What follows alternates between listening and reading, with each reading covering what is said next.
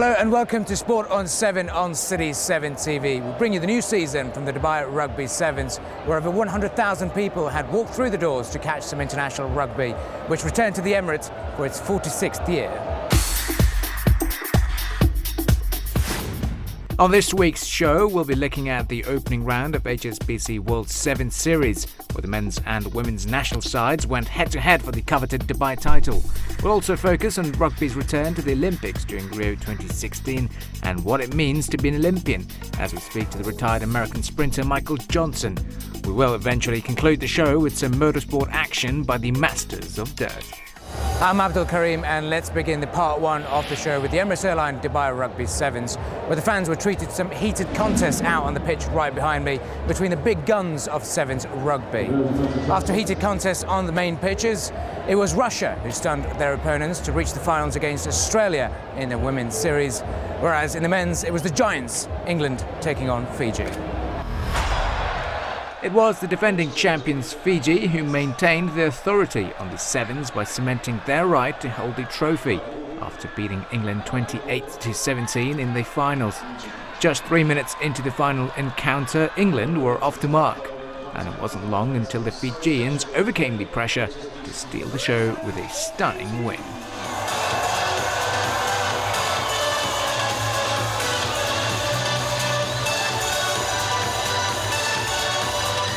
We started off, we told each other from the very first day that everything won't go according to plan, that we just need to control it. And if they score first, we went and talked to each other what went wrong. Okay, let's start again. And we started off again. We were very lucky to come back with 3 tries. Obviously, you came third last year in Dubai Rugby Sevens. Now to start off with a win, 22 points ahead of the season. So, what are your thoughts at the moment? Last year always haunted us, because we were leading in the semi-final against Australia 19-0 and we gave it away. So it always in our mind that we gave the tournament away last year, and this year we told ourselves that we were going to go all the way and won't give up any other chance to any other team. So we're pretty lucky, and there's a lot of good teams, South Africa and New Zealand, and to be on top of the point table in the first series is really awesome. You're defending the title, the 7 Series title. So how are your thoughts for the season ahead, in terms of preparing the boys, obviously with the Olympics coming up in the future? Yeah, the season ahead is going to be an exciting one, but also a tough one. We will just finish Dubai now, and Cape Town now is a whole new challenge, and with Sevens, anything can happen. We cannot write a script for what's going to happen in the season. You've defended the series. Well, you are defending champions at the moment. You've got the Olympics coming up in the future. You managed to see some of the teams today. Who's the team to beat for Fiji at the moment? We always take one game at a time, and the team that we are gonna face first up, that's the team that we focus on. After that tournament, then we move on to the next team. Because in sevens, you cannot get ahead of yourselves and look at the next match, and you forget about the previous match. So we take one game at a time, and we focus on one team at a time. After finishing 4th in the 2014 7 Series, there was much to cheer about for the English fans, as England walked away with well-earned 19 points as runners-up in Dubai, after narrowly escaping an upset against the US side in the Cup semi-finals. All right, Tom, tough luck, but 19 points well deserved. Yeah, I think Fiji have shown, once again they're going to be a force to be reckoned with this year, and we just fell short in the final, but unbelievable effort throughout the tournament from our boys. You come in after a long pre-season and you want to deliver, and you have no idea really what the rest of the world's been doing for 16 weeks or whatever, so really proud of the attitude the boys shown there, and sometimes things are bigger than the result, and the way the guys fronted up in the last 3 minutes just to keep going is really special to build on for the season. Wasn't the most impressive of all outings out in Dubai last year, but runners-up is pretty good enough so far. Yeah, it's a good start, results-wise, and it's something we can build on, and we'll look to do the right things now and come back next weekend in Cape Town. Another new tournament, a lot of unknowns there, but we're looking forward to it already, I think. Well, you've had a fair view of the team so far. You're going to be in Great Britain's side for the Rugby Sevens of the Olympics. So how's it looking so far? Who's the team to beat? It's early days, and I think what we saw in the series last year is that you see results you don't expect, and that'll probably be even more the case this year as different countries look to mix their squads up a bit. So we'll see how things go. It's definitely going to be one to watch this year for rugby fans, and it's going to be really exciting. Well, England, obviously it's a different ball game. It's 15-side, didn't do really well at home at all in the Rugby World Cup, but you've certainly made up for it this time round in Dubai. I mean, it's been a big summer for rugby in England, and it's been a really exciting time just in general for the rugby community. And it's been tough for us. We've kind of been just training away while all the emphasis was on the World Cup, but we had our heads down training in the gym and on the training field. So it's nice to kind of get out and actually have some competition. In the Women's 7 Series, it was the Russian side that triggered the upsets during the weekend after making a surprise entry into the finals against Australia. After a tight first half, Australians proved to be a formidable force against the Russian attack to clinch their second title win in Dubai with a final scoreline of 31-12. Definitely very good to cap off our pre-season with a good win here in Dubai, and it's a hectic crowd out there cheering loudly, so it's great to be here in Dubai and to get the win to pay off all our hard work in the pre-season. Very proud of my girls. It wasn't an easy walk in the park at the start. I mean, it was pretty much 10-7, pretty even Stevens there, but then eventually it was just stealing the show. Yeah, definitely. We always have that belief, even if we're chasing the scoreboard, that we're going to come from behind. That's something that we've got. We're very consistent, and we like to play with the ball around, and we always know we can chase points. We've got point scorers in our team, so we were never, in disbelief. We always have that belief in our team, and everyone fought deep to the end. A bit of mental toughness and a bit of ticker went a long way in that final.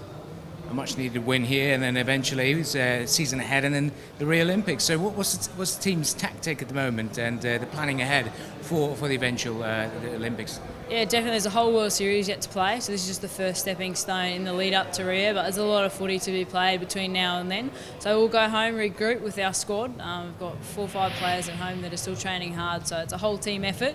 We'll go back to the drawing board and come up with a few new things leading into Brazil in January.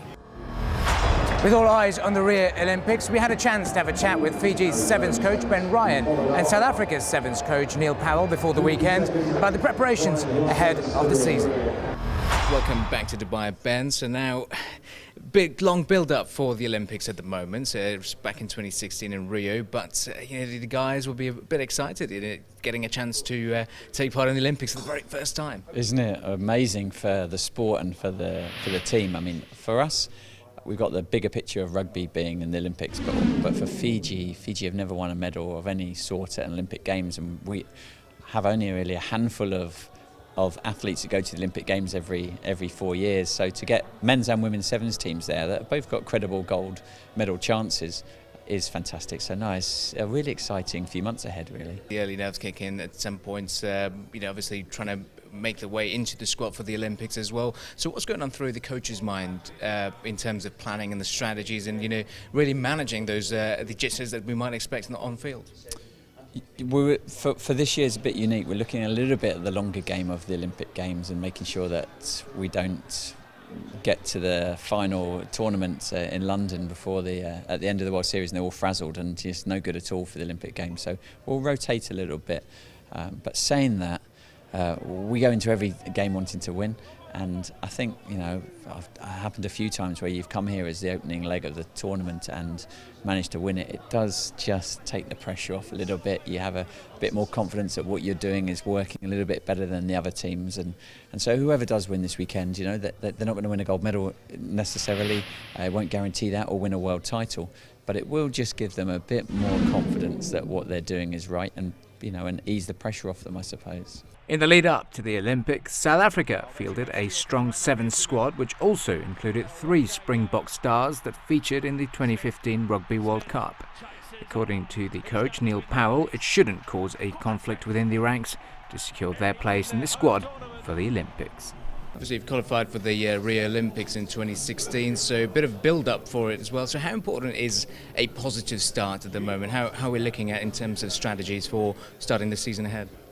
Yeah, I think it's going to be, there need to be a balance between testing players or testing some new structures or new game plans, but also being successful. I think sevens is all about confidence, and if you're not successful, you almost tend to lose that confidence and lose a little bit of momentum. So I think there need to be a good balance between testing new things and also being successful, so that you can keep your momentum and your confidence up going into the next tournament. You've brought some 15 Springboks back into the side as well, into the sevens this year. So how are we looking at the blend at the moment? Yeah, I think the 15s guys done well to fit into the system, not just on the field but also off the field. So very happy with the likes of Francois Hougaard and John de Jong coming into our setup in the last 3 weeks, and now they adapted to the game of sevens. But we still have to see how they will go up against the world's best sevens players in the likes of the Fijians and the New Zealanders. So it will be interesting to see what they're capable of over the weekend. Any pressure from the boys' side of things? Because obviously the Olympics is coming up and they do want to impress and eventually find their place in the squad for the Olympics. Is there any sort of early jitters? Can we expect that? Like I said, I think it's the first season, so I think there will be a little bit of nervousness in the squad and individuals. But I think guys are really up for the challenge of putting their hands up to try and get that spot in the 12th Olympics. It's still a long season, and this won't be their only opportunity to put their hands up. They will still get a few more opportunities in the season. So I think they are a little bit nervous, but I think they're also ready to take up the challenge and make the best of the opportunities that they're getting. So that's it for part one, but when we come back, we'll be looking at all the action away from the main pitch. That's right after the break.